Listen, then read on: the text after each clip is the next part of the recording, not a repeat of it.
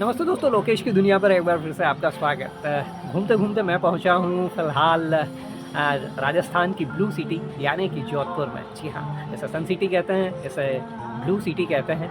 और इस blue city से जुड़ी हुई सारी बातें, यहाँ मेहरानगढ़ का किला, उम्मैद पैलेस, जसवंत का थड़ा और जो भी देखने लायक सारी चीज़ें हैं वो सब मैं आपको दिखाऊंगा लोकेश की दुनिया पर। साथ ही यहाँ का जो लोकल मार्केट है उसे आपके लिए एक्सप्लोर करूँगा, और साथ ही यहाँ आप क्या अच्छा टेस्ट ले सकते हैं वो भी चीज़ें बताऊँगा। यदि आप डिटेल ब्लॉग देखना चाहें तो आपको नोमैड लोकेश 99 को सब्सक्राइब करना होगा, जो कि मेरा एक दूसरा चैनल है। लेकिन फ़िलहाल मैं आपसे बातें कर रहा हूँ लोकेश की दुनिया पर।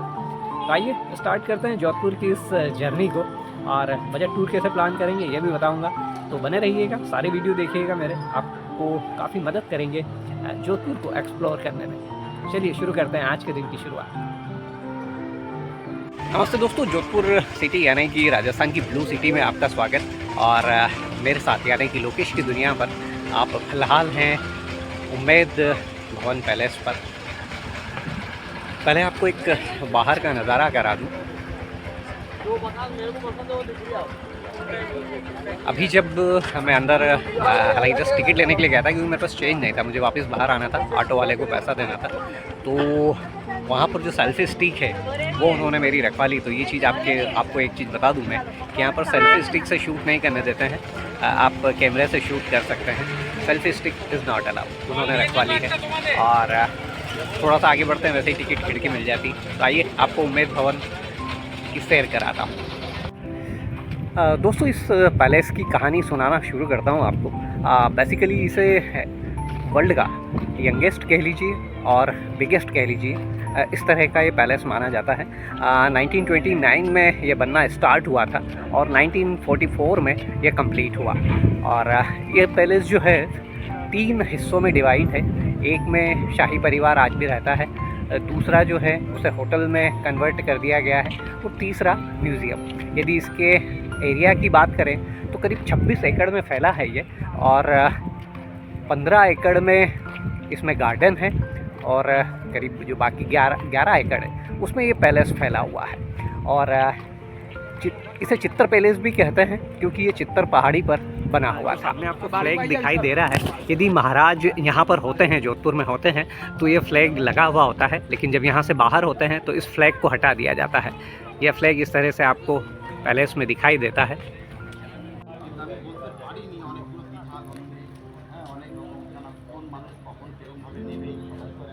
और दोस्तों, ये खूबसूरत व्यू उम्मैद पैलेस का, और इसे कहते हैं कि इसे इंटरलॉकिंग पैटर्न पर बनाया गया है, यानी कि पत्थर के पत्थर जो एक पत्थर के अंदर दूसरे पत्थर को इस तरह से एडजस्ट किया गया है कि इसमें किसी भी तरह के सीमेंट या चूने का भराव नहीं किया गया है। और तो जब आप पैलेस के अंदर आते हैं तो सबसे पहले अंदर जिस एरिया को आप एक्सप्लोर कर सकते हैं, वहाँ जो यहाँ के जो महाराज उम्मैद सिंह जी जिन्होंने इस महल को बनाया, उनकी तस्वीर आपको दिखाई देती है। इसके बाद में फिर कुछ तस्वीरें इंदिरा गांधी के साथ, और यहाँ पर हालांकि कंप्लीट डिटेल दिया हुआ है। ये मंडोर उद्यान में आयोजित कार्यक्रम में महाराजा उम्मैद सिंह, महाराजा अजीत सिंह, पंडित जवाहरलाल नेहरू, इंदिरा गांधी और उस समय के जीवन की एक कंप्लीट झांकी यहाँ पर दिखाई देती है। महाराजा उम्मैद सिंह द मोनार्क।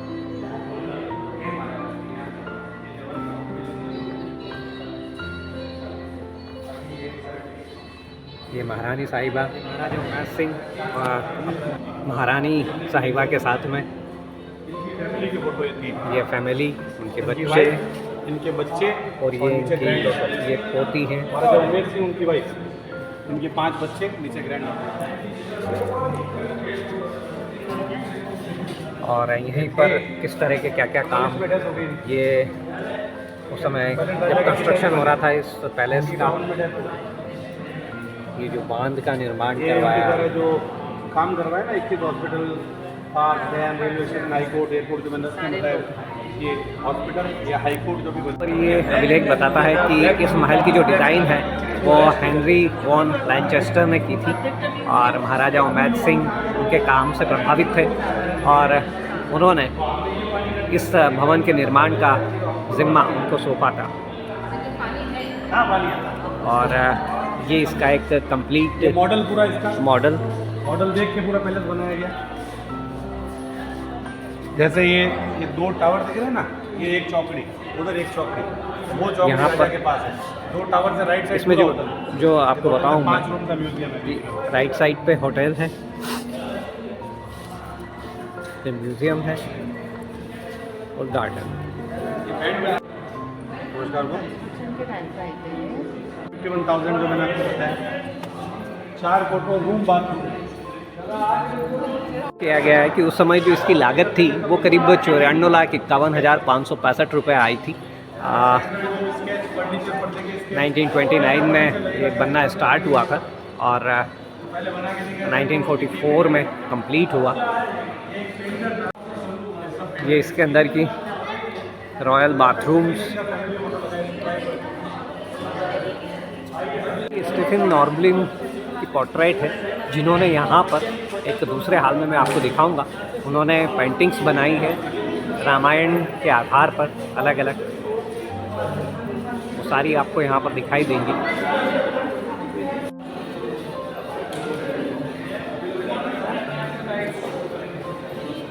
और इस तरह का कुछ व्यू अंदर का।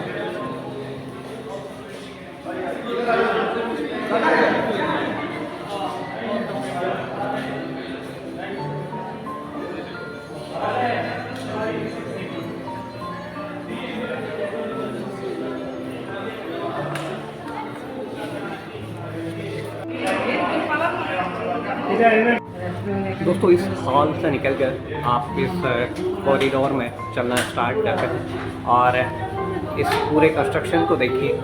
इंटरलॉकिंग सिस्टम पर बेस है, जैसा कि मैं आपको बता रहा था। परसों जब मेरी सुल्तान से बात हो रही थी, जो कि यहाँ के लोकलाइट है, तो उन्होंने मुझे बताया था कि यहाँ पर किसी तरह का जोड़ नहीं है, सारे पत्थरों को इंटरलॉकिंग के माध्यम से जोड़ा गया है। जो रॉयल ज्वेलरी होती थी उसके मिनिएचर यहाँ पर है फिलहाल।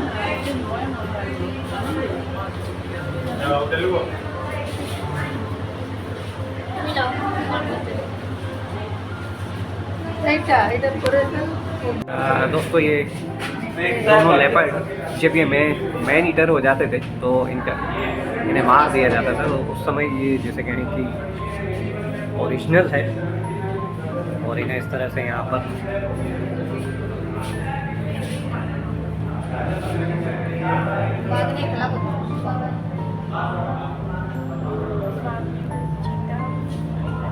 आगे बढ़ते हैं तो महाराजा हनुमान सिंह जी, जो कि वर्तमान महाराज गज सिंह है, उनके पिताजी की एक पेंटिंग सामने आती है। महारानी साहिबा, ये महाराज गज सिंह का बचपन का फोटो, ये बेटियों के साथ, ये कोरोनेशन के समय का फोटो महाराजा गज सिंह का जब वो 4 साल के थे। ऑक्सफोर्ड में पढ़ाई के समय की तस्वीर।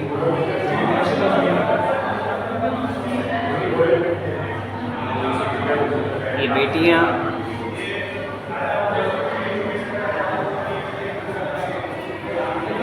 महाराजा गज सिंह, अलग अलग समय की उनकी तस्वीरें हैं। ये पूरा फैमिली पिक्चर।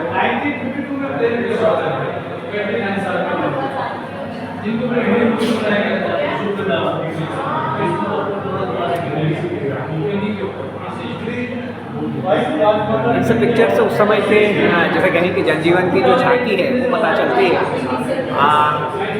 प्रिंस चार्ल्स के साथ कुछ बेहतरीन मोमेंट्स, उनके सांस्कृतिक, सामाजिक, धार्मिक कार्यक्रमों में भाग लेते हुए।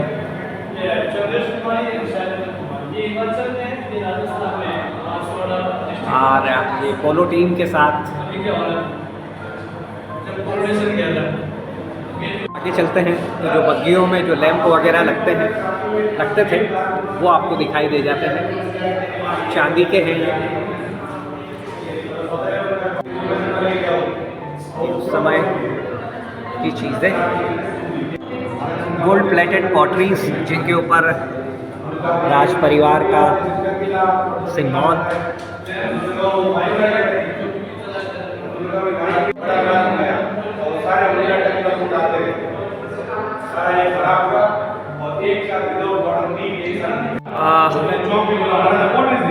महाराजाओं में पोलो का जैसे कहें कि एक बड़ा शौक, तो उसी समय की ये ट्रॉफियाँ, पोलो की स्टिक, पोलो की बॉल, शेडल और लकड़ी का घोड़ा।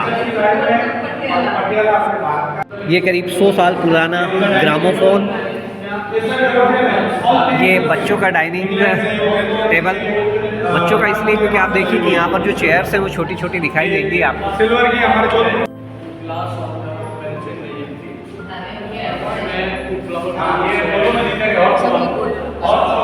के द्वारा इस्तेमाल में आने वाली अलग अलग चीज़ें।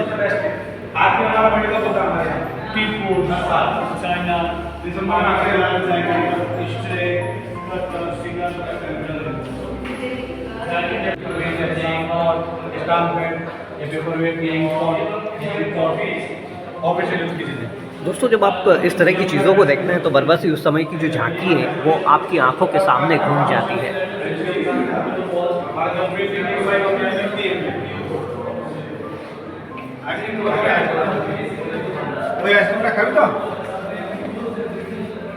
समय की इंक, मोहर,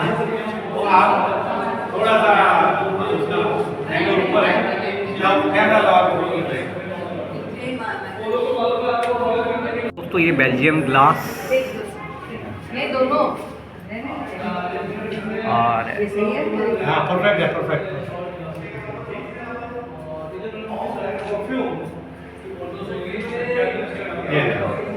और यहाँ पर एक चीज़ और होती है कि आप सामने खड़े हो जाइए और यहाँ से जब पिक्चर ली जाती है तो आपकी पिक्चर आ जाती है। That is an interesting thing. महाराजा साहब और महारानी साहब की तस्वीर। छोटे बच्चों को भगवान का स्वरूप मानते हैं, ऐसे करके ये उसके लिए। दोस्तों उस समय का राज्य का सिंबल, चांदी की बनी हुई तलवारें, मेडल, सोने की बनी हुई करनी, चांदी की तगार, और जैसे कहें कि उस समय फीता नहीं काटा जाता था तो ये चांदी का ताला और चाबी।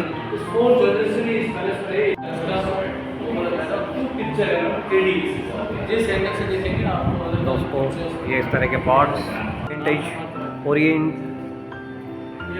ये ओरिएंटल रूम है और यहाँ पर जो रामायण की जो म्यूरल्स हैं वो बनाई गई है पोलिश कलाकार स्टीफन के द्वारा, जिसका पोर्ट्रेट मैंने आपको स्टार्टिंग में दिखाया था।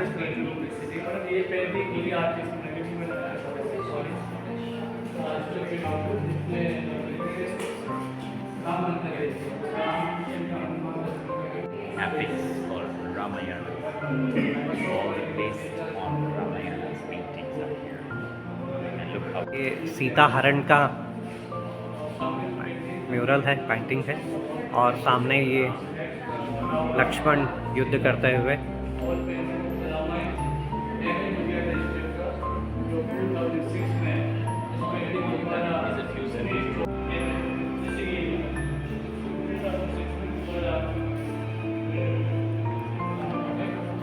दोस्तों इसी जगह खड़े होकर आप महसूस करिए और सोच कर देखिए कि क्या वो ज़माना रहा होगा, क्या टेक्नोलॉजी। भले ही आज हम कहते हैं कि हम इतने उन्नत हैं, लेकिन इतने कम संसाधनों में और साधनों में इस तरह के कंस्ट्रक्शंस और आर्किटेक्ट के खूबसूरत नमूने। आगे बढ़ते हैं तो यहाँ पर ढेर सारी अलग अलग कंट्रीज़ की आपको क्लॉक्स मिलेंगी। आधी से ज़्यादा तो वर्किंग नहीं है, बंद है, लेकिन कुछ कुछ क्लॉक्स हैं जो वर्किंग हैं।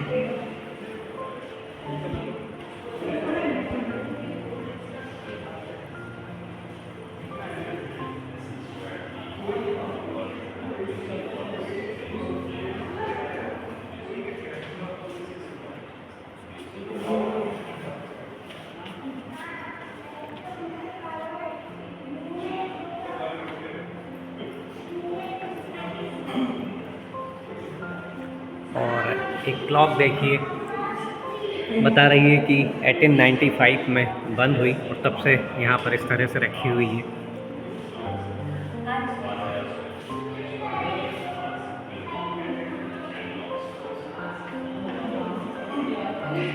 कलेक्शन अलग अलग देशों की घड़ियों का, और ये उस समय का एक, जैसे कहें कि आज के टाइम में जो रेडियो स्टेशन में म्यूज़िक शेड्यूलिंग होती है, म्यूज़िक अरेंजिंग होती है, उस तरह की चीज़ अलग अलग घंटे और अलग अलग मूड के हिसाब से यहाँ पर इसमें म्यूज़िक अपने आप चेंज होता था। ये जो पीछे रोलर दिखाई दे रहा है, इस पर ये घूमता था और म्यूज़िक चेंज होता चला जाता था। यहाँ पर कुछ टॉयज़ मिलेंगे आपको। ये चांदी का एरोप्लेन,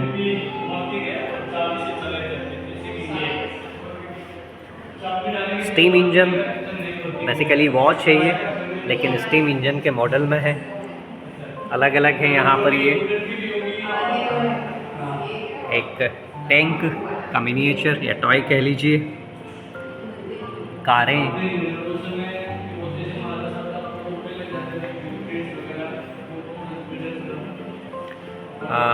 इसमें इत्र रखा जाता था, परफ्यूम।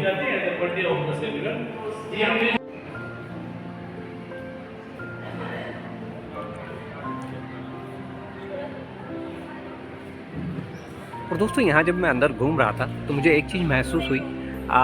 यदि आप गाइड नहीं भी करते हैं तो अंदर सारा रिटर्न में आपको लिखा हुआ मिलेगा। बस थोड़ा सा टाइम चाहिए, आप चीज़ों को पढ़ते चले जाइए, आपको सारी चीज़ें समझ में आती चली जाएंगी। ये एक अच्छी चीज़ है। उस समय के प्लेन्स और उनके साथ महाराजा साहब, वीटी प्लेन्स होते थे उस समय।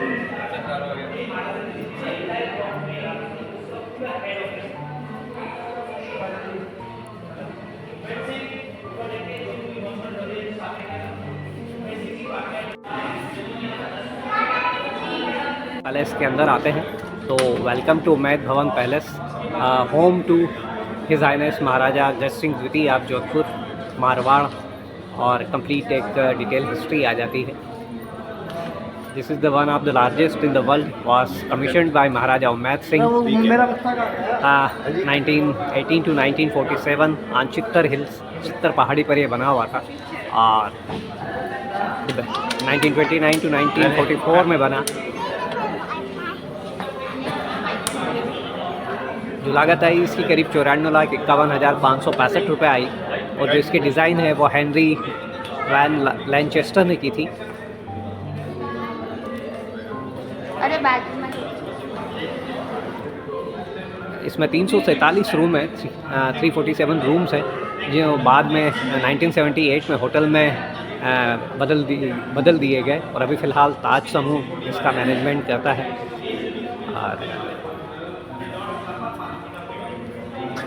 और दोस्तों नज़ारा करिए जोधपुर के फेमस उम्मैद भवन पैलेस के एक विहंगम दृश्य का।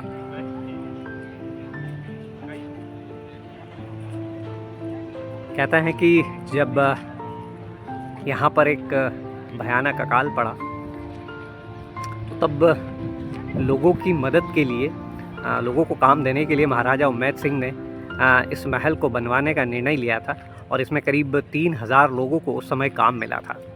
करीब 15 साल इसका काम चला, और काम इसीलिए धीरे चला ताकि लोग उस अकाल की विभीषिका से बाहर निकल पाए। करीब 94 लाख रुपए के करीब उस समय इसके निर्माण में खर्च हुए थे। और कहते हैं कि ये जो अकाल पड़ा था एक संत के श्राप की वजह से पड़ा था, ऐसी किंवदंती है, ऐसी कहानी है। लेकिन जैसे कहें कि अपने आप में आर्किटेक्ट का ये एक बेहतरीन नमूना है।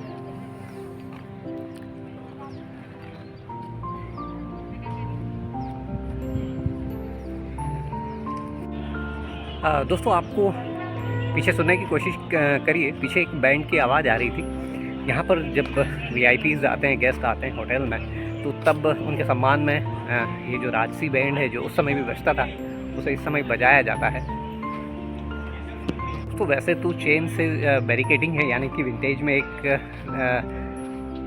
लिमिट के बाद आगे नहीं जाने दिया जाता, लेकिन एक ऐसा पॉइंट आता है जहाँ पर आने के बाद आपको आपके सामने ये महल है कंप्लीट खूबसूरती के साथ निकल कर आता है, और उसी पॉइंट पर आपको लेकर आया हूँ। ये उम्मेद भवन को फ्रंट से, और कहते हैं कि जो शहर के बीचों बीच घंटाघर बना हुआ है, जो घंटाघर है और ये जो उम्मेद भवन पैलेस था, यदि घंटाघर की ऊपर की खिड़की से देखें तो उम्मेद भवन ठीक इसके सामने दिखाई देता था। तो जैसे कहें कि ये 90 डिग्री के एंगल पर बने हुए थे दोनों। दोस्तों नज़ारा करिए मेरे पीछे जोधपुर के फेमस उम्मेद पैलेस का।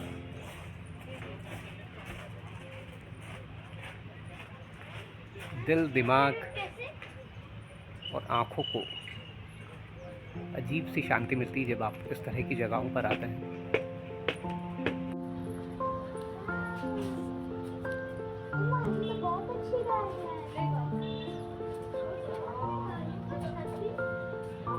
इसके बाहरी हिस्से में जब आप आगे बढ़ते हैं तो उस समय का जो रॉल्स रॉयस कारों का, विंटेज कारों का कलेक्शन कहिए।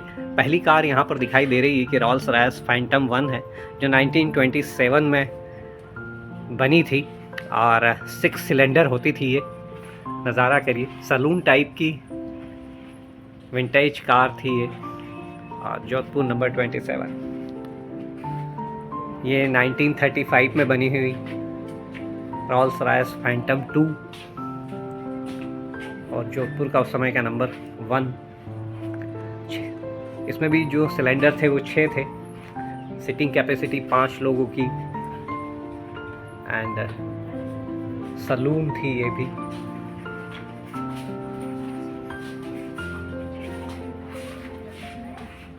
और पैकार्ड के दर्शन करिए आप। किताबों में नाम सुना है, लेकिन फिलहाल सामने देखिए आप।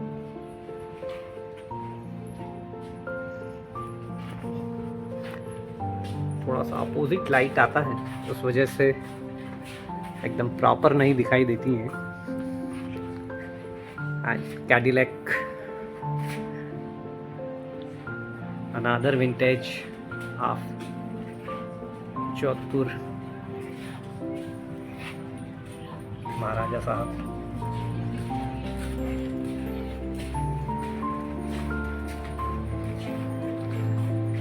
Again Cadillac.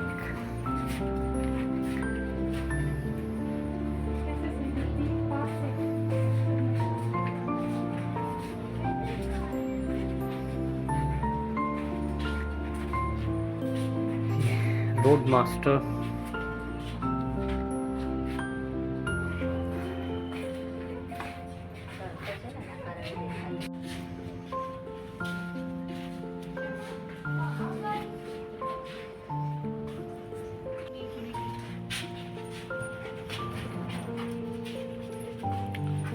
Morris,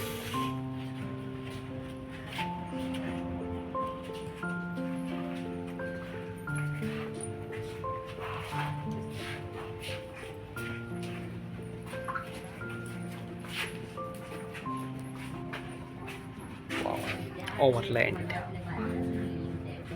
what a beauty.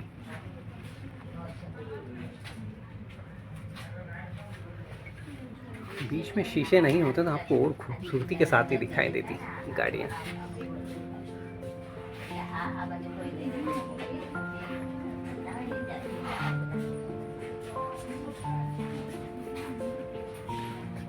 Morris cover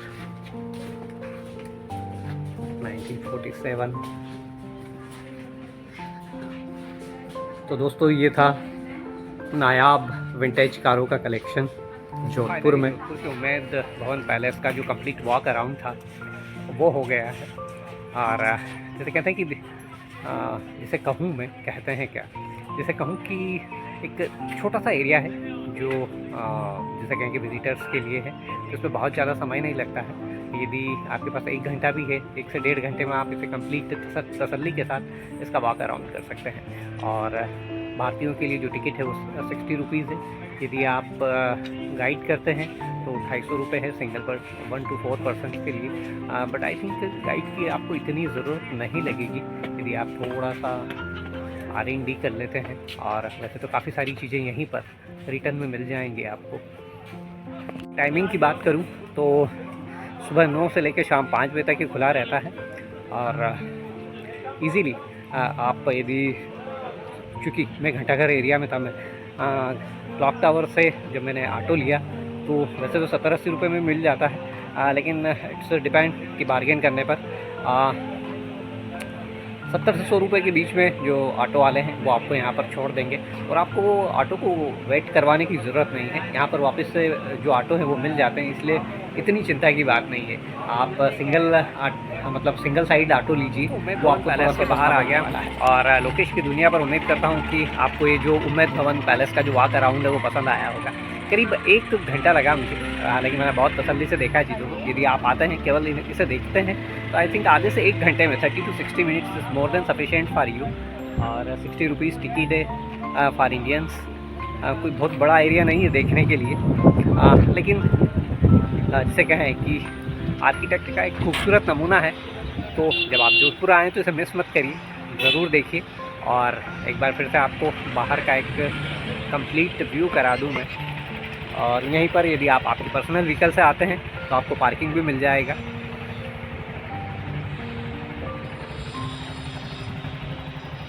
तो ओवरऑल जी मुझे लग रहा है, हालांकि अभी मैंने मेहरानगढ़ फोर्ट देखा नहीं है, मैंने अपने दिन की शुरुआत यहीं से की, उम्मेद भवन पैलेस से की है। और दिन की शुरुआत भी थोड़ी सी धीमी कहें और थोड़ी सी लेट कहें, लेकिन मुझे लगता है कि 2 days is more than sufficient for Jodhpur.